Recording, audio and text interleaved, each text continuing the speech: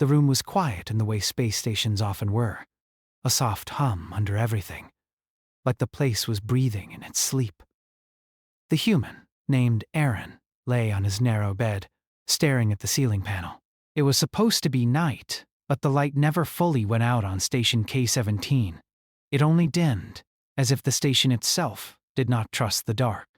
Aaron had finished a long shift repairing outer hull sensors. His hands still smelled faintly of metal and cleaning gel. He should have been asleep. Instead, his mind wandered, jumping from old memories of Earth to thoughts about how strange his life had become. He was one of only a few humans on a station shared by more than 20 alien species. Most days, he felt like a curiosity behind invisible glass. A soft click broke the quiet. Aaron frowned. The door to his room was sealed. Humans were not high on the list of species others wanted to bother at night. He rolled onto his side, thinking the sound came from the vents. Then, the air changed. It felt thicker, warmer, like someone else had entered the space. His eyes snapped open. Someone was standing near his desk. Aaron sat up so fast his back hit the wall, his heart hammered in his chest. The figure was small, no taller than his shoulder, with skin that glowed faintly blue and eyes far too large for a human face. Thin lines of light moved slowly across her skin, like living patterns. She did not look hostile. She looked nervous. "I am sorry," she said quickly, her voice soft but clear, shaped by a translator field. "I did not mean to frighten you. That was not my goal." Aaron stared at her. His brain tried to scream, but his mouth spoke first. "My door was locked." "Yes," she said, nodding. "That is correct." There was a long pause. "Okay," Aaron said slowly. "What?" "Then you should probably explain how you are in my room." The alien took a careful step back, as if giving him space would make this better. "My name is Liren. I'm a cultural analyst from the Valari Union. I slipped past your door using a localized phase shift. It is illegal here. I accept full responsibility." Aaron blinked. He looked at the door. Still sealed. He looked back at her. "You broke into my room," he said. "Yes, and you're just admitting that." "Yes." Aaron rubbed his face with both hands. "I must be more tired than I thought." Liren tilted her head. "Are humans known to hallucinate under exhaustion?" "Sometimes," Aaron said. "Usually not this clearly." She relaxed slightly. "Then this is good. It means my data is accurate."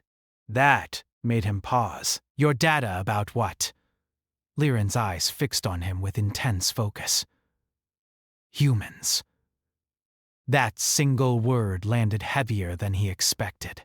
Aaron swung his legs off the bed and stood. He was taller than her by a full head. She did not step back, but the glow of her skin brightened, a sign of stress, he guessed. He kept his hands visible, palms open. "Look," he said, keeping his voice calm. "If this is some kind of research thing, you really picked the wrong way to start." "I know," she said quietly. "But observation from a distance has failed. Every attempt has failed." "Failed how?" Liren hesitated. The patterns on her skin slowed. "Humans are difficult." Aaron gave a short laugh. "You have no idea." "No," she said. "That is the problem. We have many ideas. None of them are correct." She moved closer to the desk and rested, one hand on its surface, rounding herself. "Across the galaxy, species follow predictable models. Social bonds, emotional responses, risk behavior. Humans do not." Aaron crossed his arms. "That's not exactly news." "For you, no," she said. "For us, it is deeply unsettling." She explained that humans were not supposed to exist, at least not in the way they did. A species so physically fragile, should not survive a high-gravity world. A species so emotionally volatile should not cooperate at scale. A species so willing to challenge authority should have destroyed itself long ago. And yet, she said, here you are. Aaron leaned against the wall. We get lucky. Liren shook her head. Luck does not explain repeated defiance of probability. She looked at him again, more carefully now. You were chosen because you are average, he snorted. Wow. Thanks. It is a compliment, she said quickly. You are not a leader, not a hero. Not a criminal. You represent the human baseline. That's worse. I mean it scientifically, she said. If even you are dangerous to study, then all humans are. Aaron felt a chill that had nothing to do with station temperature. Dangerous how? Liren's voice dropped. Irresistible. The word hung between them. Not like that, she added fast, her skin flaring bright. Not only that, humans draw attention. Prolonged exposure causes other species to adapt their thinking patterns. They question long-held beliefs. They take risks they normally would not. Entire research teams have lost objectivity. Aaron thought of the way aliens sometimes lingered near human work areas, asking strange personal questions. New imagining. He had assumed it was simple curiosity. You're saying we're contagious, he said. Yes. That's kind of rude. She considered this. It is also true. Another alarm sounded faintly in the distance, far from his sector. Liren stiffened. My presence here is already being noticed. Then you should leave, Aaron said. I cannot yet, she said. I needed to confirm something. She stepped closer, close enough that Aaron could see tiny star-like flecks in her eyes. You are calm. Should I be screaming? Most species would be, she said. Or attacking. Or freezing. Aaron shrugged. You broke into my room, not my head. You're talking. You're scared. That makes you a person, not a threat. Liren froze. Slowly, the light patterns on her skin shifted into something new. Awe, maybe. Fear, mixed with wonder. That response, she whispered, is exactly what I was warned about. Aaron raised an eyebrow. Being polite? Being human, she said. Footsteps echoed in the corridor outside. Security patrols. Liren turned toward the door, then back to him. If I leave now, she said, my report will brand your species as a containment risk. And if you don't, I will be erased, she said calmly. But the truth will remain unrecorded. Aaron did not hesitate. Then don't leave. Her eyes widened. You would risk yourself for my data? For you, he corrected. You're in trouble. That matters. The footsteps grew closer. Liren stared at him as if seeing him for the first time. Humans are impossible, she said softly. Aaron smiled. Just a little. Yeah, we get that a lot. The door sensors flickered, and the universe quietly leaned in to watch what happened next. The footsteps outside passed the door, slow and heavy, then faded down the corridor. The door sensors dimmed back to their normal color. The station returned to its quiet hum, but the room no longer felt calm. Something had shifted, like a line crossed that could not be uncrossed. Liren let out a breath she did not realize she had been holding the glow on her skin, softened, turning from sharp blue to a calmer shade. She looked at Aaron, really looked at him, as if checking whether he was still there. You should not have said that, she said quietly. Aaron shrugged and sat back on the edge of his bed. I've been told that a lot, too. They would have taken me, she continued. Questioned me, wiped my findings. possibly wiped me? Possibly? He asked. She gave a small, honest nod. Yes. Well, Aaron said. Then it's probably good they didn't. Silence filled the room again, but this time it was thick with unspoken things. Liren moved toward the desk and sat on the edge, folding her long fingers together. Her movements were careful, controlled, like someone walking on thin ice. You do not understand the risk you are taking, she said. Explain it to me, Aaron replied. She hesitated. If I stay, I violate my orders. If I leave, I violate my conscience. That sounds familiar, Aaron said. Humans do that kind of thing all the time. That is what frightens us, she said softly. She began to speak about her mission, about how humans had entered the wider galaxy faster than predicted, about how trade routes bent to include human colonies, how disputes calmed when humans mediated and exploded when they were excluded, about how no model could explain why.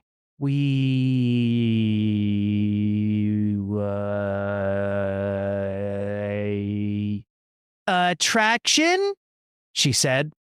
Then influence. Then danger. None of the terms fit fully. Aaron listened without interrupting. He noticed how she watched his face for reactions, how every small nod or shift seemed to mean something to her. You don't seem very threatening, he said when she finished. That is the worst part, Liren replied. Neither do most disasters at first. A quiet beep sounded from Aaron's wristpad.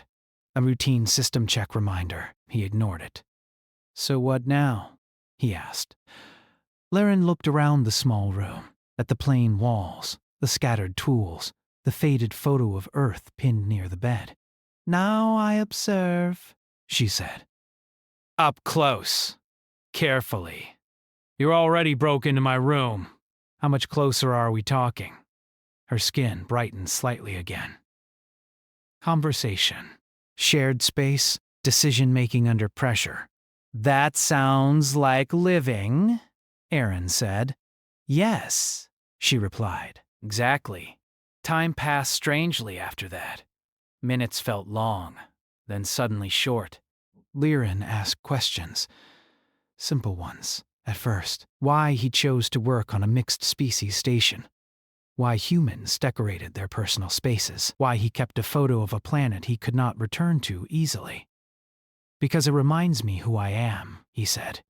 Why is that important? She asked. He thought about it. Because everything else changes. She was quiet for a long moment after that. Another alarm sounded, closer this time. Not loud, but sharp. Liren stood at once. They are increasing patrols, she said. They suspect anomalous behavior in this sector. You mean you? Aaron said. Yes? Can you hide? I can, she said, but not for long. She looked at him again, that same searching look. Your species has a saying, she said slowly.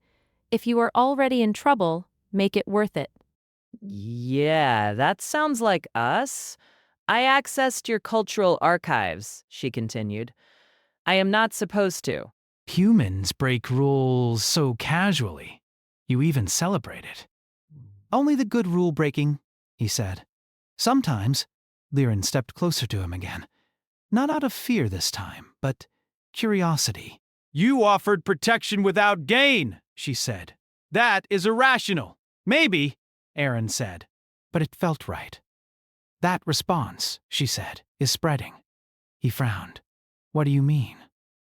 My thought patterns are changing, she admitted. I am considering outcomes beyond my mandate. I am prioritizing an individual over a system.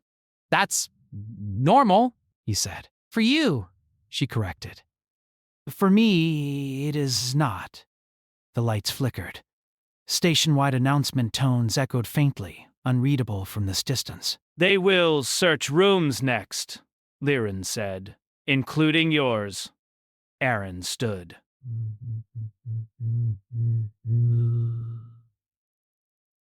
Then we need a plan. She looked surprised. You already assume we act together. Of course, he said. You're not leaving me with half a station angry at me. Something like a smile crossed her face. Subtle, but real.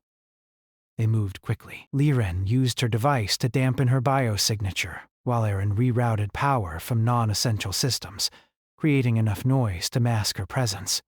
He worked with calm focus, fingers moving from habit. You do this often, she observed. Fix things under pressure? He said. Yeah, no, she said. Trust strangers. He paused. Not often, but when I do, it usually matters. Security passed again. This time, the scanner swept the door. The device hummed, paused, then moved on. Liren exhaled slowly. Your improvisation worked. Aaron leaned against the wall, suddenly tired. Good. She studied him. You are not fearless, she said. You are afraid, but you act anyway. That's kind of the definition of courage, he replied. She absorbed that in silence. When the danger passed, the room felt different again. Smaller, maybe. More intimate. Two people hiding a secret that might change things.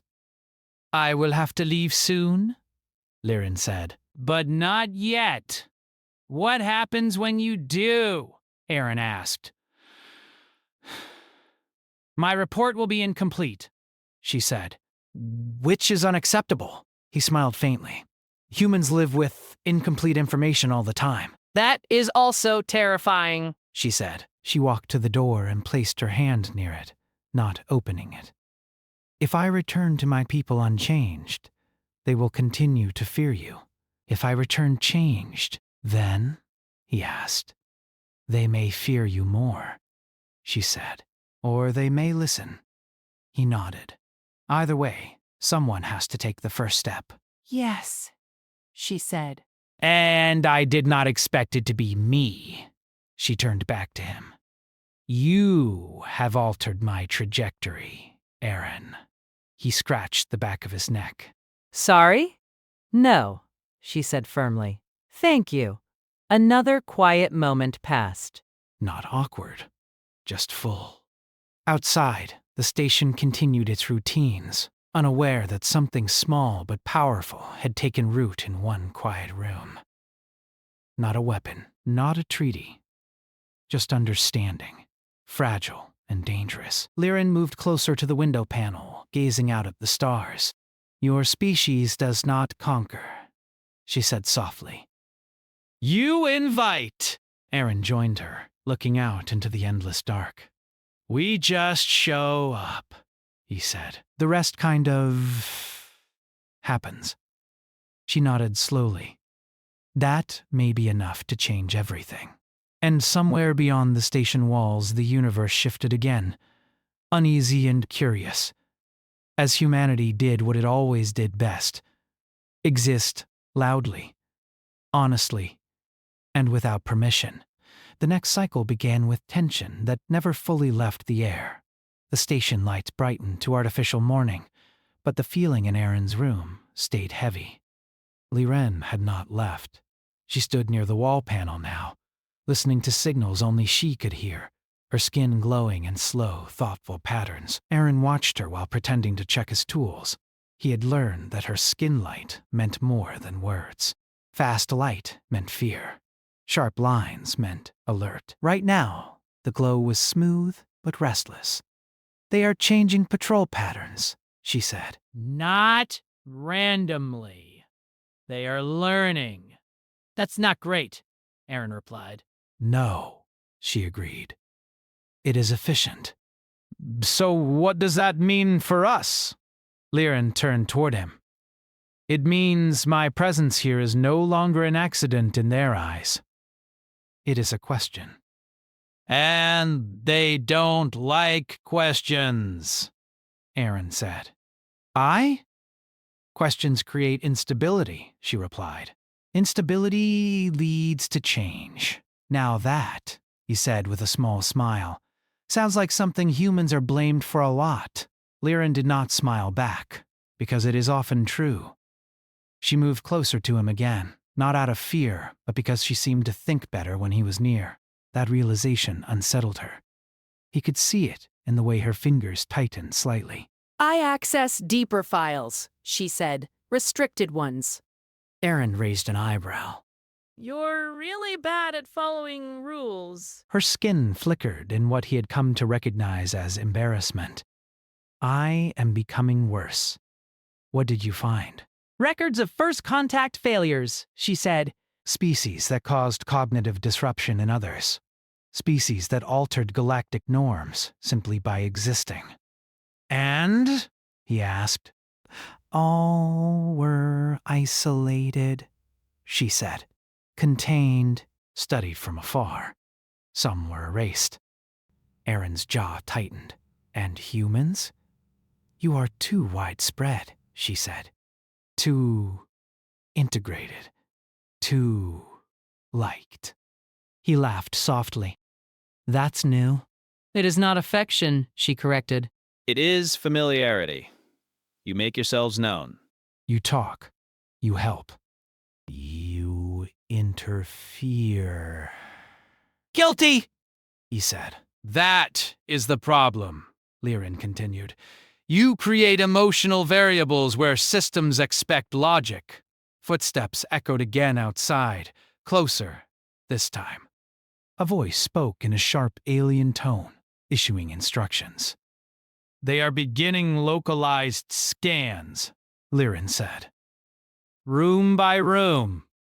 Aaron felt a knot form in his stomach. How long do we have? Minutes, she said. Possibly less. Okay, he said, forcing calm. Then we need to split the risk. She looked at him sharply. Explain. If they find you here, it's bad for both of us, he said. But if they find something else, something strange but not you, it might distract them. You propose a deception, she said. I propose buying time, he replied. Liren considered this. Humans often rely on improvisation rather than planning. Yeah, he said. It drives planners crazy. She stepped closer and placed a small device into his hand. It was warm, humming faintly. This will distort scans for 30 seconds, she said. After that, it will fail. 30 seconds, he repeated. No pressure. She met his eyes. If this goes wrong, I will not allow you to be blamed. He shook his head. Not happening. We're in this together. Her skin flared bright, then settled. That phrase, she said. It carries weight. The scans began. A low vibration ran through the walls. Aaron moved quickly, opening a panel behind his bed, pretending to repair a power junction as the door chimed. Maintenance, a security officer's voice called. Aaron opened the door halfway. Yeah? The officer was tall, armored, his species hard to read. His scanner swept the room. Aaron activated the device without looking. The scanner buzzed, flickered, then displayed an error. The officer frowned. You've got interference. Old wiring, Aaron said easily. I put in a request last week. The officer studied him for a long second, then nodded. Fix it. Already on it, Aaron said. The door closed. The vibration faded. Liren released a shaky breath. That was effective, Aaron sat heavily on the bed. I really hope that device doesn't explode. It will not, she said. Probably. He laughed despite himself. But the relief did not last. Liren's expression grew serious again. We cannot continue like this, she said. My presence endangers you. You didn't seem worried about that earlier, he said gently. I was focused on data, she admitted. Now I am focused on consequences. That's growth, he said. She looked at him, something conflicted in her gaze. You reduce everything to simple terms. Complex things don't stop being true just because they're simple, he replied. She absorbed that quietly. I must leave the station, Liren said at last. But not alone. You're asking me to come with you? I am considering it, she corrected. Your perspective would accelerate understanding. And put a giant target on my back, he said. Yes. He thought about Earth, far away, about his routine life, about the quiet feeling that he never quite fit anywhere, not even among his own kind. When would we leave? He asked. Her eyes widened slightly. You would agree? I didn't say yes, he said. But I didn't say no either. That, apparently, was enough. The plan formed quickly. Liren would transmit a partial report, enough to delay suspicion, but not enough to condemn humans. Then they would leave on a small research shuttle during a scheduled supply transfer.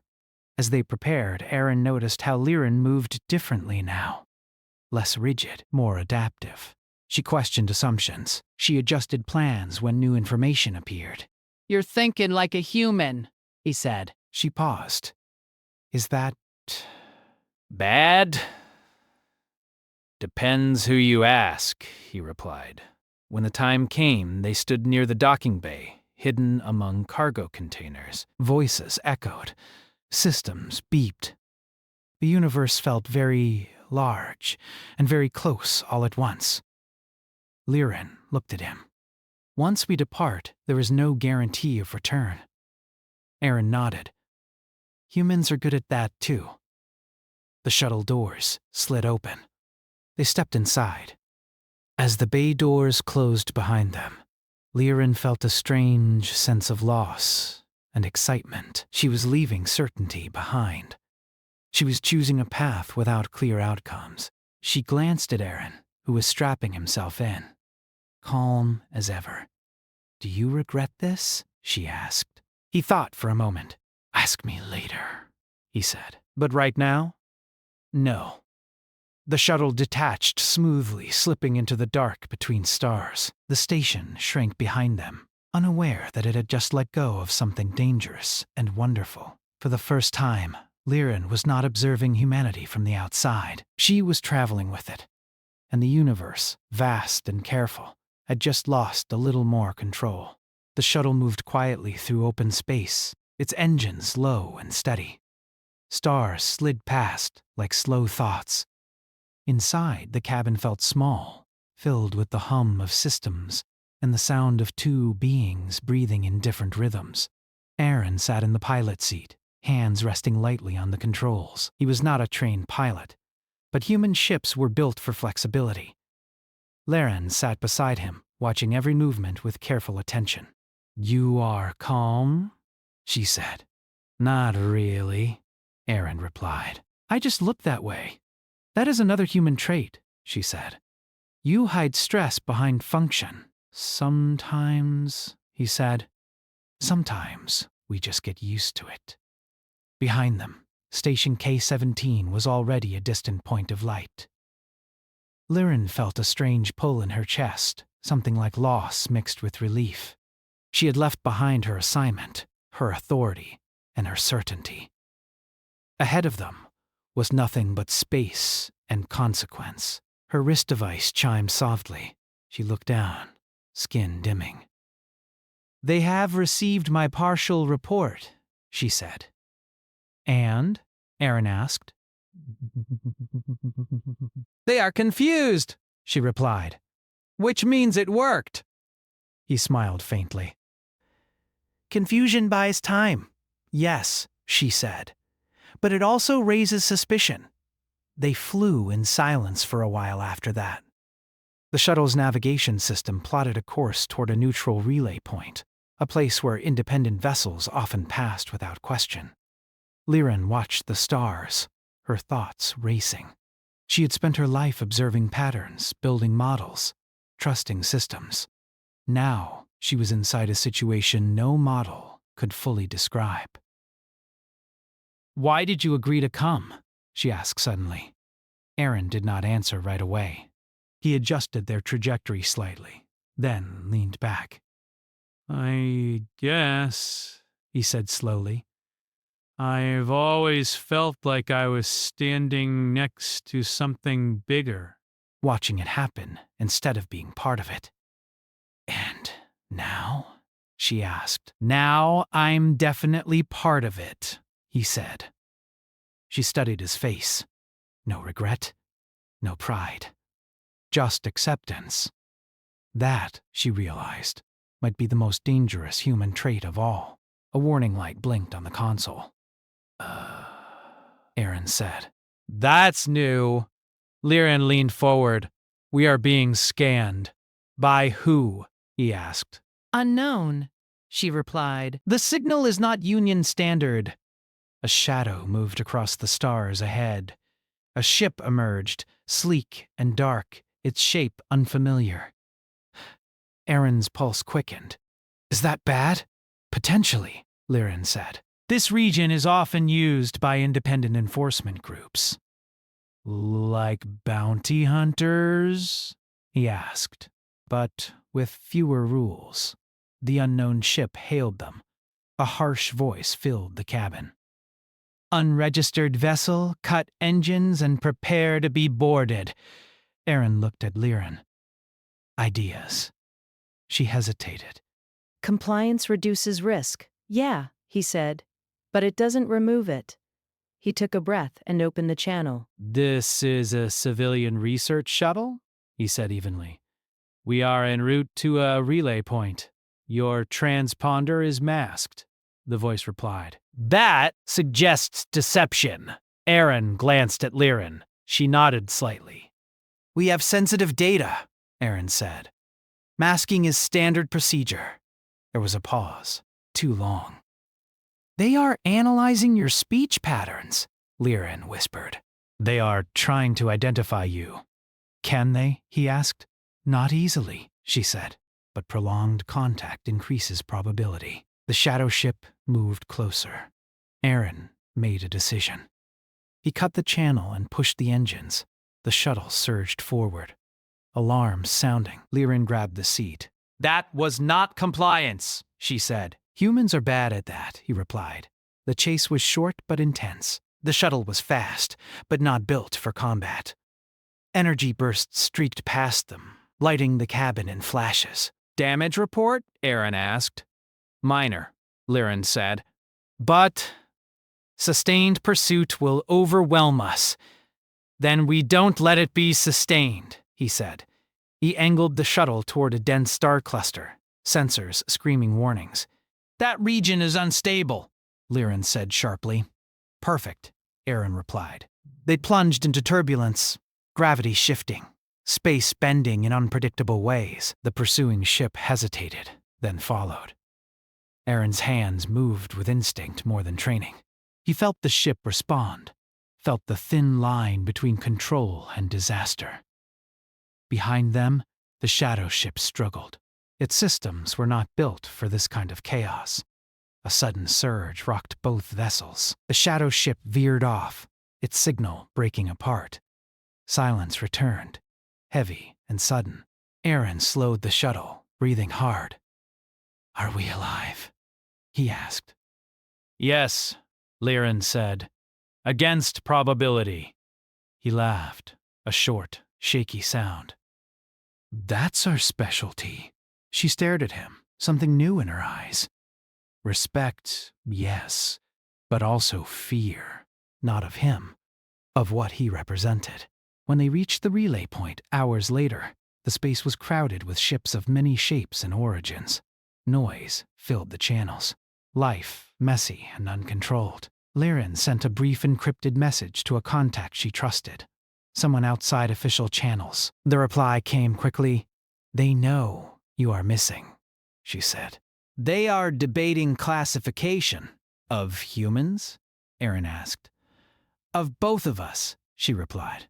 That night, as the shuttle docked among strangers, Liren finally understood the weight of her choice. She was no longer an observer. She was a variable, and so was Aaron. They sat together in the quiet after docking, exhaustion settling in. You could still leave, Liren said. Blend in. Disappear. He shook his head. Not my style. Why? She asked. Because if I walk away now, he said, someone else will pay the price later. That's how these things usually go. She nodded slowly. You think in terms of future harm. Yeah, he said. We're good at that too. We just don't always listen to ourselves. Outside, the relay buzzed with activity. News traveled fast. Whispers of a missing analyst, of a human involved. Liren felt the galaxy shifting around them, reacting. They will come for us, she said. I figured, Aaron replied. And when they do, she said, there will be no hiding. He met her gaze. Then we don't hide. She studied him for a long time.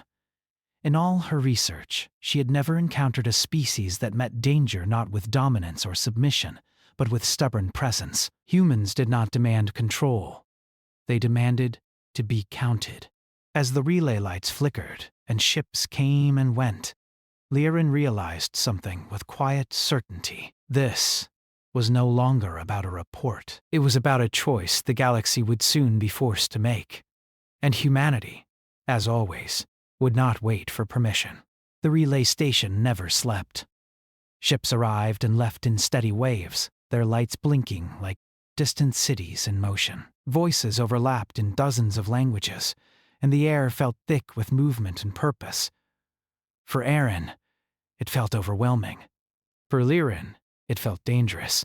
They stayed aboard the shuttle longer than needed, watching patterns, listening to open channels.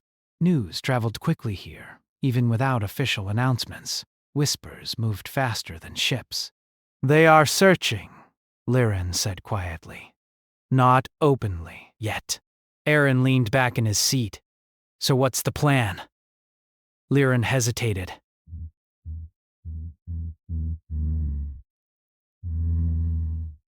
That is... He smiled faintly. Welcome to being human. She looked at him, then away. I am beginning to understand why your species causes so much disruption. They eventually left the shuttle and entered the station proper, blending into the flow of travelers. Liren adjusted her appearance slightly, dimming her glow, changing her posture. Aaron did nothing at all. Humans, he had learned, were easy to overlook when they acted like they belonged. They moved through corridors lined with trade stalls and information hubs. Everywhere they went, Liren felt it again. That subtle pull. People noticed Aaron. Not staring, not avoiding. Just noticing. A human among them. Calm, curious, unarmed. It is happening again, she murmured. What is? He asked. You are altering the space around you, she said. Without effort. He shrugged. I'm just walking. That is enough, she replied. They reached a quiet observation deck overlooking open space. Liren activated her device and began composing her final report. Not partial. Not hidden. Complete. Aaron watched her, sensing the weight of the moment. Once you send that, he said, there's no taking it back. I know, she said. You sure? He asked. She paused, then nodded. Yes. She transmitted the report across multiple channels at once. Union archives, independent networks, academic circles, public data streams. It was not an accusation. It was a warning. Humans were not a threat because of weapons or strength. They were a threat because they changed people, because they questioned systems, because they treated individuals as valuable by default. She ended the report with a single conclusion. Humanity cannot be controlled without destroying what makes cooperation possible. The response was immediate. Alerts flared. Ships shifted position. Security forces mobilized. Amore. But something else happened too. Messages came in. Questions. Requests for clarification. Support. They are divided, Liren said softly. More than expected. Aaron nodded. That's usually how it starts. Security arrived soon after. Not weapons drawn. Not yet. Representatives from multiple factions stood together, uncertain. You are accused of violating interstellar protocols, one said to Liren. And you, they added, turning to Aaron, are at the center of a growing concern. Aaron raised his hands slightly. I work maintenance. That caused a ripple of confusion. Liren stepped forward. I take full responsibility for my actions, she said. The human did not coerce or deceive me? That is irrelevant, another voice said. His presence alone is not a crime, Liren interrupted. If it is, then your system is already broken. Silence followed, heavy, uncomfortable. Aaron felt every eye on him. He did not speak. He did not need to. Finally, a senior delegate spoke. What do you propose? Liren took a breath. Transparency. Inclusion. Humans are not anomalies to be contained. They are partners, to be understood. And if we refuse? The delegate asked. She met their gaze. Then you will force conflict where none needs to exist, Aaron added quietly, and we're really bad at backing down. That earned a few uneasy looks. Hours passed. Debate, argument, fear. In the end, no arrest was made. Instead, a decision. A temporary council would be formed. Humans would be invited, not observed, to participate. Liren was stripped of her formal rank. She accepted it without protest.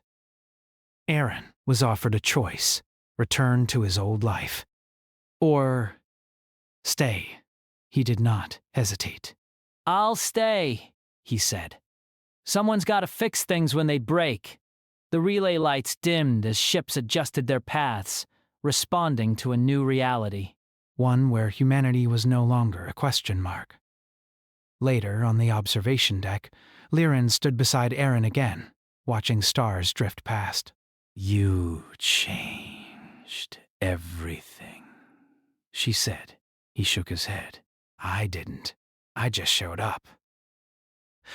She smiled, truly this time. That may be the same thing. Far beyond the station, the galaxy shifted, not in fear, but in awareness. Humanity had not conquered, had not demanded. They had simply been present, and the universe, once again, had to decide what to do with that.